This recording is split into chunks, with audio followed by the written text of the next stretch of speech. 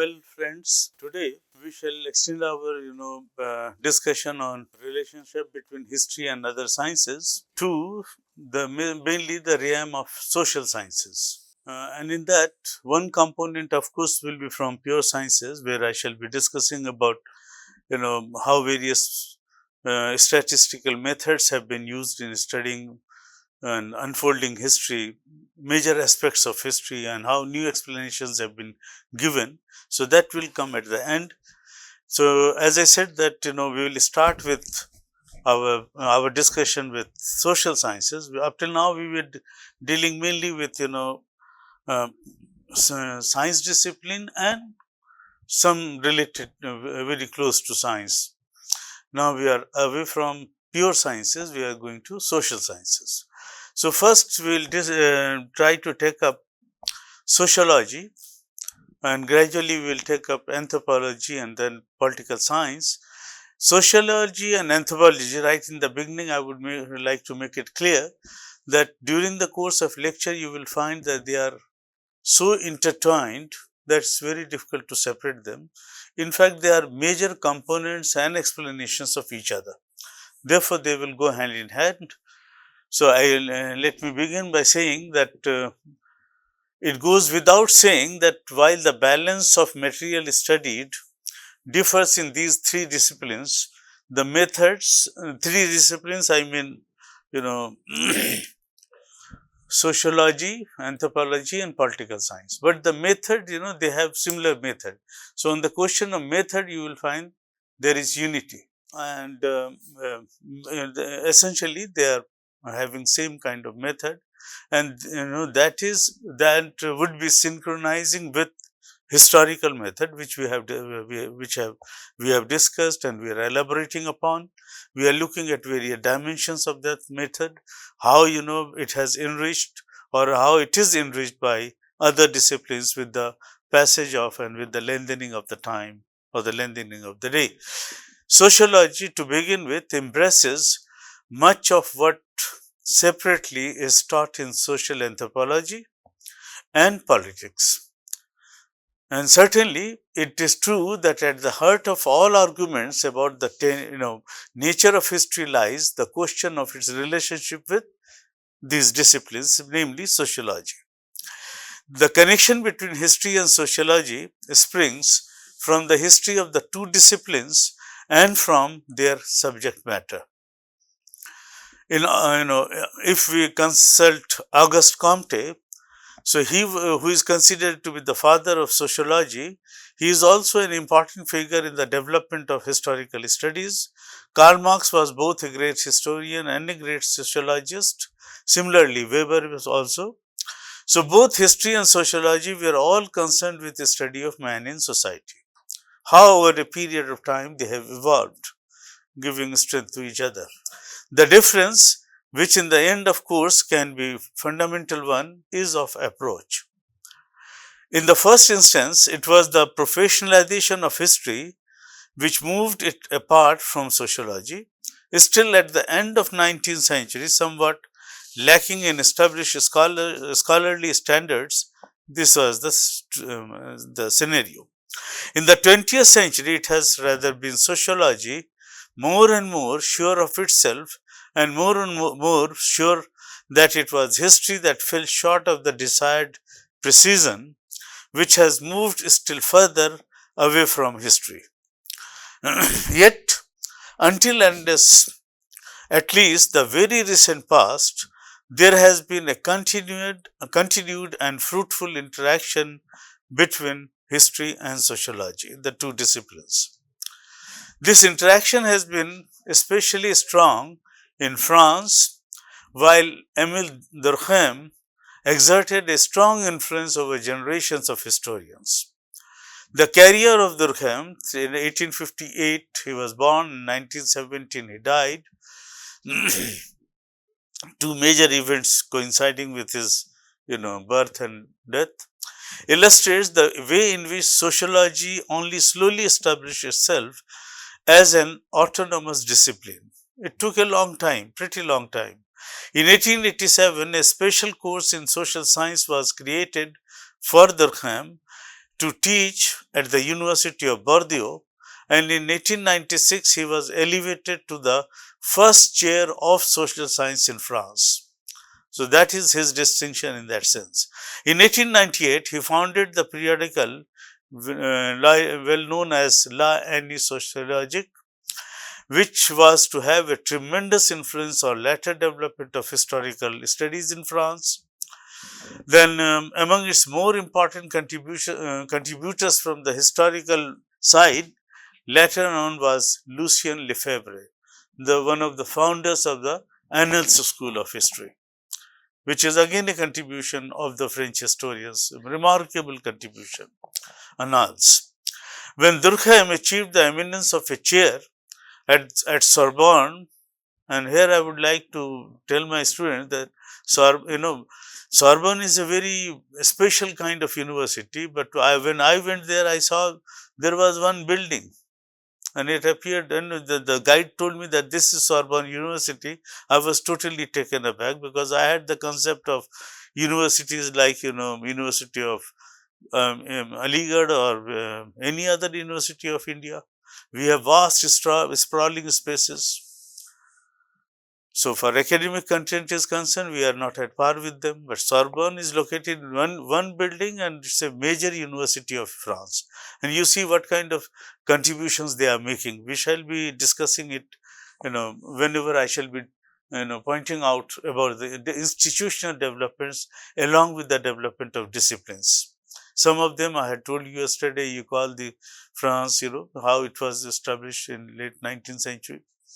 So, when Durkheim achieved the eminence of a chair at Sorbonne, so great still were the resistance to new fangled subjects that it was a chair of education, not of sociology. Chair of education was offered to him. Not till 1911 was the title changed to education and sociology. So, sociology was an adjunct to major discipline, that is education. The first time the tag sociology or the brand name sociology had been attached to any chair in France, although there were already such chairs in Germany and United States. They were there. Durkheim was preoccupied with the problem of irrationality of human actions and with the question of collective consciousness. These two criterions he was concerned with, or group psychology, what is known as. These concepts had greatly influenced Lefebvre, the one gentleman who had written a book on French Revolution, then Febvre, who had studied the a whole evolution of feudalism along with how it can be linked with new technology and a new animal, that is horse, and Marc Bloch. While there was a direct train of influence between Durkheim and his younger contemporary, who outlived him by 37 years, Henry Baer. He is a very important figure. Baer saw sociology as primarily a study of what is social in history. So, its point of departure, he thought, must be concrete data of history. Durkheim he particularly admired for applying a precise, experimental, comparative method to historical facts. The most influential of all 20th century sociologists was, of course, Max Weber, 1864-1920. Some of the people over enthusiasts of Weber, they say that Weber gave a counter argument to what Marx had said. This is a very plebeian kind of assessment of Weber, because Weber never questions the Marx's formulations. He only adds when he is saying that the human being should also be considered instead of considering commodities only. So that was a departure. Otherwise, he was well read in Marxist literature, and you find reflections of it. Most influential of all 20th century sociologists was, of course, Max Weber. Max Weber, he was born in 1864 and died in 1920. 1920 is very crucial in understanding Weber, because it is only after 1920, when his book was published, collection of articles in the form of a book was published. After that, people realized that, this can be taken up as a serious discipline and as a autonomous discipline. And from there, we can explain its popularity among, Western universities. They are still very popular subject. So Weber, who was appointed professor of economics, not of sociology, at Freiburg University at the age of 30, was a man of astonishing erudition. That is very, evident in his writings, who could read 8 languages. How many languages we all know? So his interest and his skills included law and economics. He's trying to look at relationship between the two. Biblical studies and interpretation of religious doctrines, the land surveying techniques of ancient Rome, medieval trading companies, the modern stock exchange, the comparative history of urban institutions, East German agriculture, medieval origins of Western music, and conditions in the West German textile industry. Such was the varied interest of Weber, and on everything he is not just reading, he is also writing about them. And it is from his writing that we come to know his vast canvas of intellectual firmament. Fleeting from topic to topic, constantly throwing up illuminating ideas, Weber coined concepts and produced basic studies of certain institutions which have dominated sociology and history ever since he wrote. From Weber originated the concept of ideal type. He has spoken about many ideal types of bureaucracy and of the status group as being as important a category as class. Class is the category given by Marx. He was the first to suggest the correlation between the Protestant ethic and the spirit of capitalism. That is the title of his book.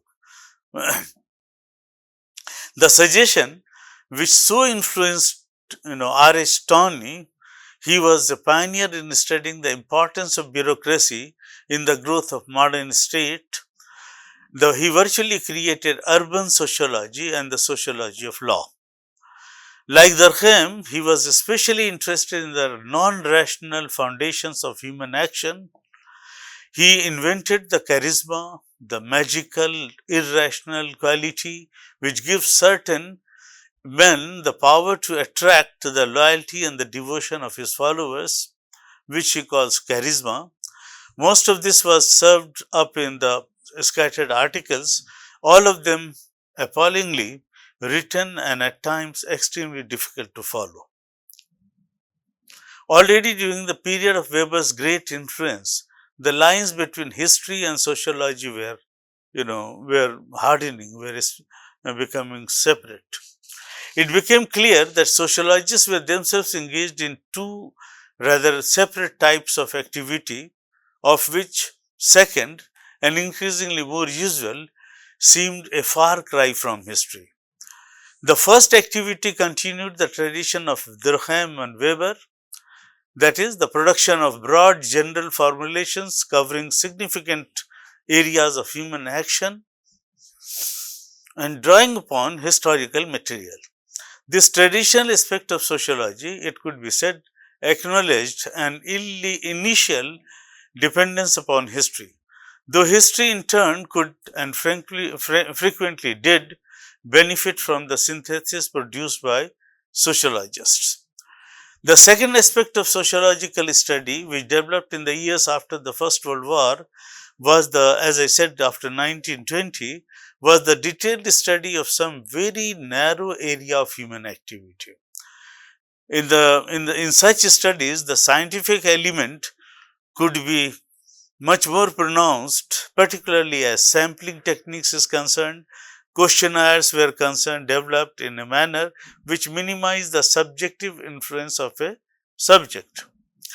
Early examples of this style of sociological inquiry were the famous, what is known as Middletown studies of Linz. Since then, smaller and smaller area of study, micro areas of study have been delimited, and single education institutions, even small controlled groups of human beings are there.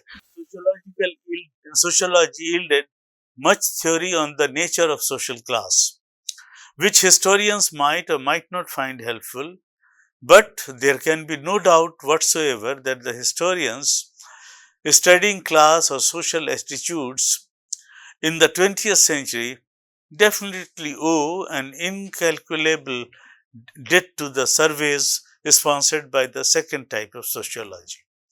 Such studies as W. Lloyd Warner and Paul S. Lunt, Status System of a Modern Community 1942, Charles Bettelheim and Suzanne Freire, Une Villa, Francois Moyna, Auxerre and 1950, and Gordon Marshall, Howard Newby, and David Rose and Caroline Fogler. They wrote a book called Social Class in Modern Britain. It was published in 1988. These are invaluable treasure trove of source material for writing history and sociology. Historians of earlier societies look into the empirical studies on the of the anthropologist, the data they have collected.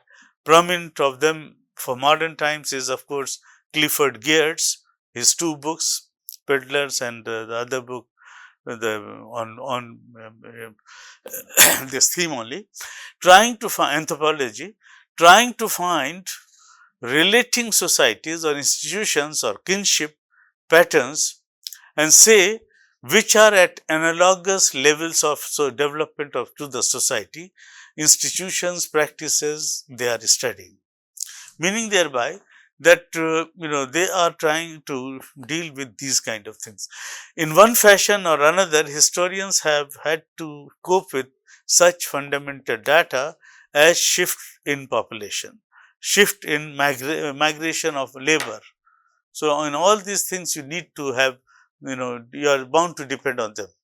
Demography is now a highly developed social science, and also in its historical aspect, a sub branch of historical study.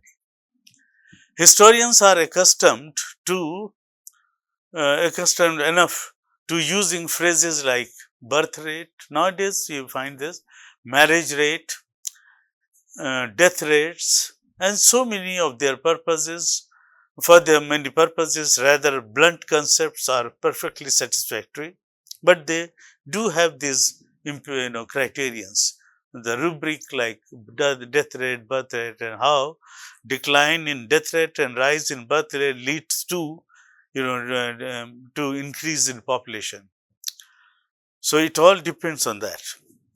So historians are accustomed enough to using such phrases, but should it be necessary to establish a real level of fertility, then such concepts as age specific fertility become necessary.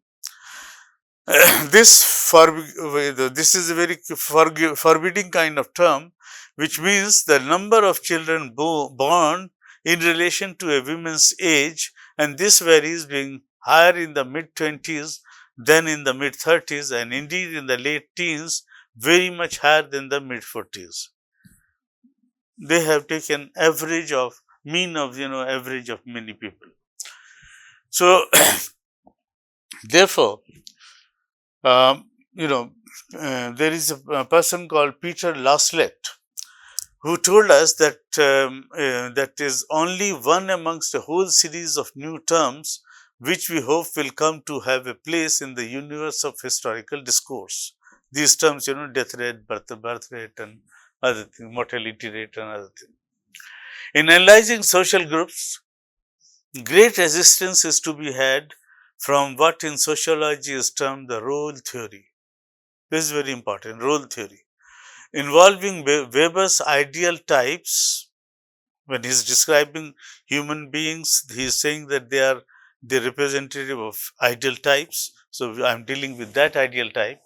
As mentioned earlier, the idea, in the words of Walter P. Metzger, that every society, in order to achieve its goal, remember, every society in, you know, order to achieve its goal requires its members to play standardized roles, these being assigned in the main on the basis of age, sex, class, and occupation. That should be made very clear.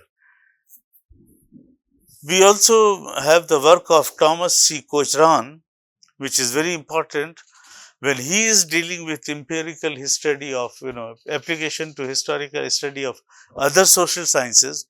He used social science tools, we have already discussed them, has made most effective use of the role of theory in such important pioneer works as Railroad Leaders 1845-1980, 1890, 1845-1890, The Business Mind in Action. It was published in 1953. So, sociology made its declaration of independence late in the 19th century, and by the 20th century felt itself in position to look with some scorn upon the pretensions of history that he could afford to. This much about sociology, and it's very interesting when you are studying caste, when you are studying, whether there is a mobility of caste system in the Indian society or not, or when you are dealing with how the caste has affected or impacted the development of human beings in India. You may reflect also on sociology of capitalism.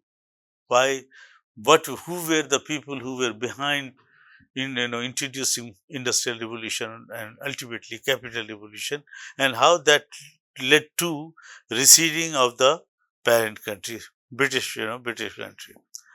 Now, closely related to this aspect is politics. So, I shall be discussing political science. Political science or politics, generally it is also known as politics, generally was slower to make good its claim to autonomy. It was generally slower. Why? Until the most recent part, it was usually in Britain and American universities for political science and teaching to be included within the history departments. Quite late in the day, politics has developed somewhat in the same direction as sociologists. Again, there are useful borrowings from for the historian to make. Much attention in the history is history a social science? We should ask this question. Is history a social science? And the debate should move around this theme. What are the public opinion polls has to say on that? Undoubtedly, opinion polls taken today, nowadays elections are around the corner, so we are every day finding some kind of surveys are being done, and they are mostly to prop up the chances of one particular party, any party which they are writing about. They are not critical. As I said, they never followed these critical faculties in that sense.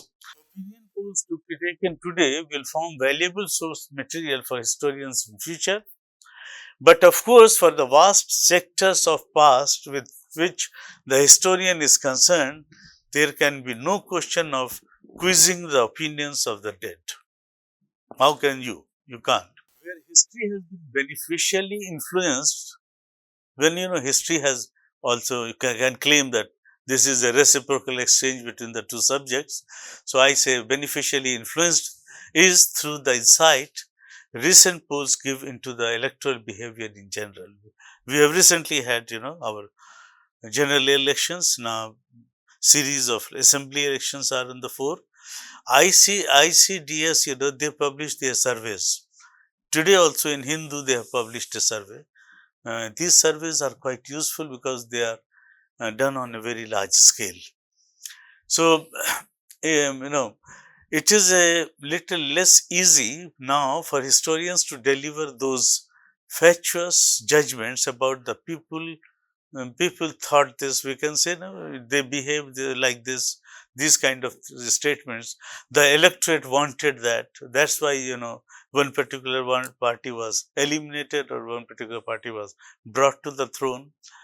So these were all guesses and very short, pretty shoddy ones at that time.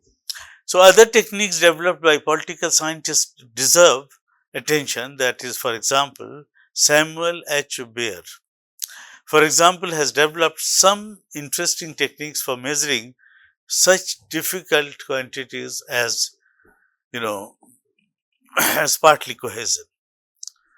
In the 70s, the American Social Science Research Council, it is still functioning, American Social Science Research Council sponsored interesting work on the concepts of modernization and on crisis in political government.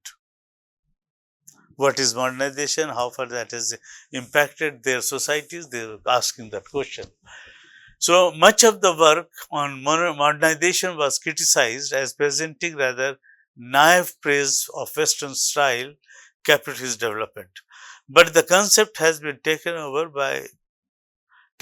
and used successfully by social historians who emphasize the social and cultural implications as much as the economic ones. In 1978, for example, a collaborative venture written by historians, Crisis of Political Development in Europe and United States, which was edited by Raymond Grew, was published and debated based on the hypothesis that the evolution of the modern state, each polity will encounter 5 kinds of crises of identity, legitimacy, participation, penetration, and distribution. These are the rubrics with which they will be dealing with. The book turned up some illuminating comparisons and contrasts. The question of legitimacy had become a central one, in much recent historical discourse. From the survey, we can say that this was the possible reason behind something. After taking into consideration multiple surveys done by multiple people who had multiple, I would say, restraints also on them. Nevertheless, what we find is that writing on the United States, the famous sociologist J. Rogers political science. So, Hollingworth pointed out that the high level of participation before the onset of industrialization contributes to explain the low level of class consciousness among the American workers, and also the emotional chaos of much American political campaigning. So, David D. Bain and Raymond Grew noted the significance of the separation of notions of identity and legitimacy in post-revolutionary France. Regimes crumbled and crumble and the state marches on. No doubt, these perceptions were far from new. They were or there, no problem. But the point was that through being set in a defined analytical framework, they stood out very clearly. While Grew and Bean noted that an emphasis on politics and the state implied a justified return to the preoccupations of earlier generations of, say, historians, most of the authors were forced to comment on the impossibility of treating political processes as if autonomous, agreeing with Keith Thomas, whose essay on the United Kingdom was one of the most successful in the book, that he observed, I quote, "We have to leave politics altogether and look at society rather than look at politics as part of the society." This is a very significant and crucial statement. So, in the end, this interesting collaborative venture was in a very fine affirmation of the importance of history as against political science, but it was also a keen demonstration of the value of comparative study, employing concepts originally developed by political scientists. If the social scientists make the kites, then one might say, let the historians fly them. And then we will rejoin.